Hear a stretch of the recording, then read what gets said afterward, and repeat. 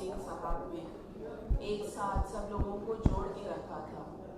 वही गीता दी उसको आगे ले जा रही है, पूरा परिवार उनका आगे ले जा रहा है। बस यही कहूँगी शॉर्ट में कि भाई ये बेटी ने अपने पिता की पूरी जर्नी बताई है हम सभी को, और बहुत ही सुंदर अच्छी फिल्म है जो हम सबको देखना चाहिए। तो इस फिल्म के लिए सभी के लिए गुड विशेस बोलते हुए मैं यही कहूँगी, हर हर महादेव। क्या बात है। अच्छा वाकई में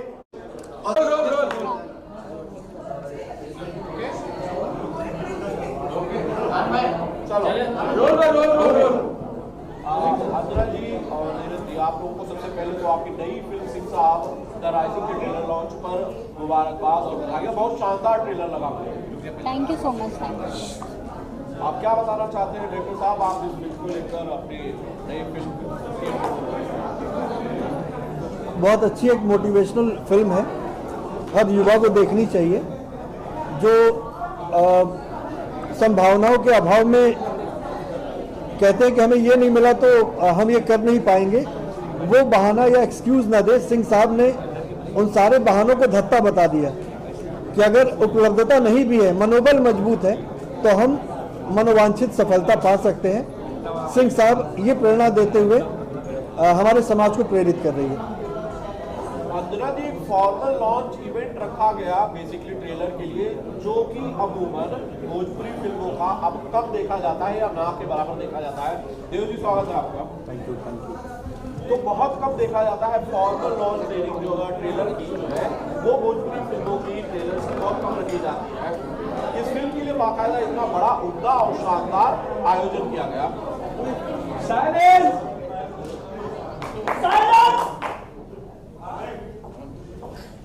जी, जब बात सिंह साहब की हो तो छोटी चीज़ें कुछ होती ही नहीं, अपने आप में बड़ी हो जाती है।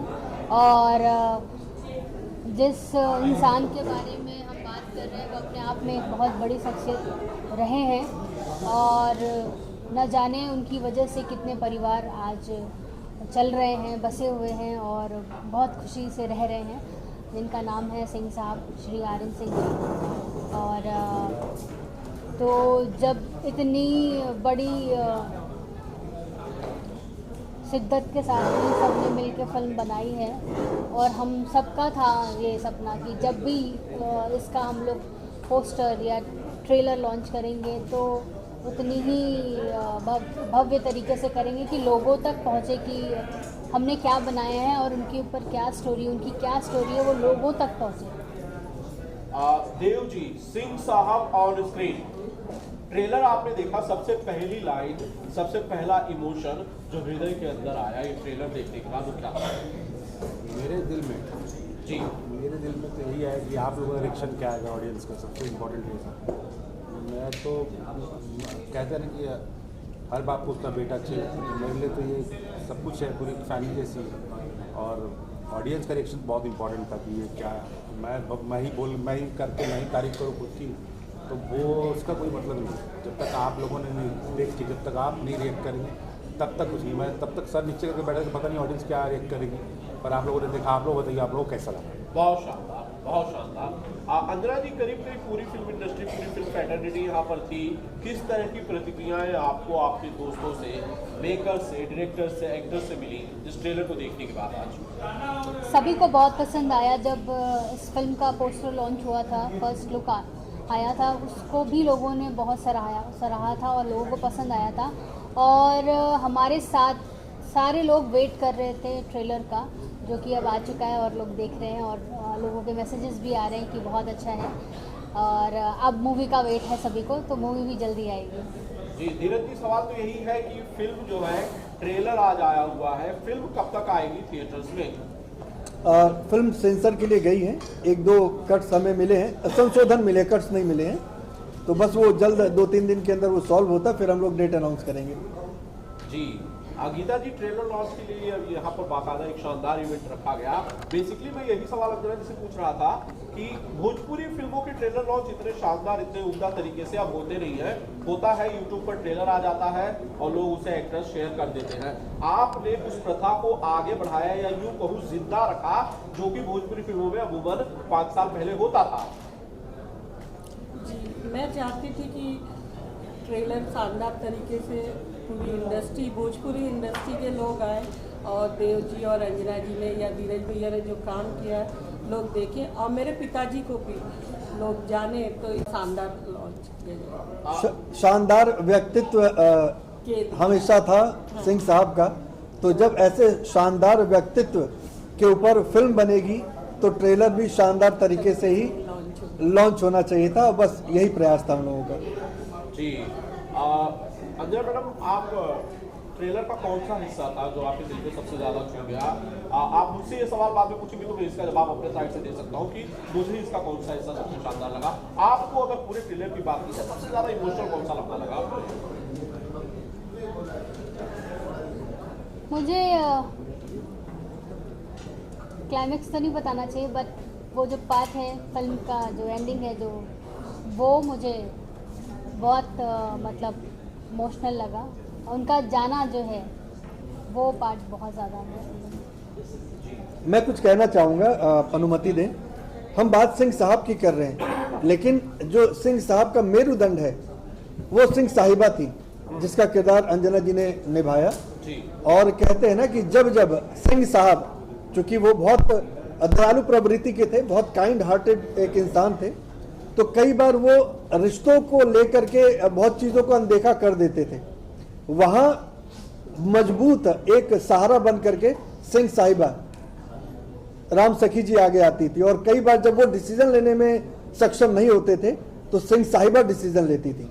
बिल्कुल वैसे ही कि जैसे वीरभद्र और भद्रकाली, कि जहां वीरभद्र रुकेगा वहां भद्रकाली शुरू होगी, तो जहां पर सिंह साहब रुक जाते थे वहां सिंह साहिबा शुरू होती थी।